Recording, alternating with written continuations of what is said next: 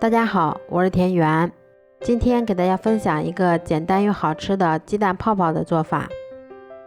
首先我们准备300克的普通面粉，先加入3克酵母粉，然后用筷子先把它们充分搅拌均匀。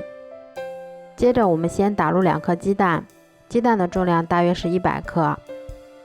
再加入240毫升的清水，然后用筷子先把它们充分搅拌均匀，一直搅拌成像这样细腻无颗粒的面糊就可以啦。接着我们给它盖上保鲜膜，让它常温醒发至2倍大，或者放入冰箱冷藏发酵1个晚上。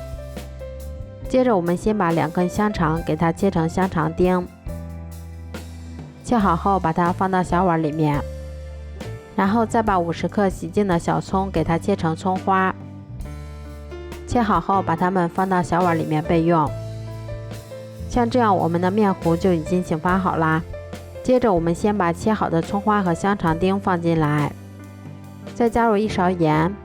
半勺胡椒粉，然后用筷子把它们再次充分搅拌均匀就可以啦。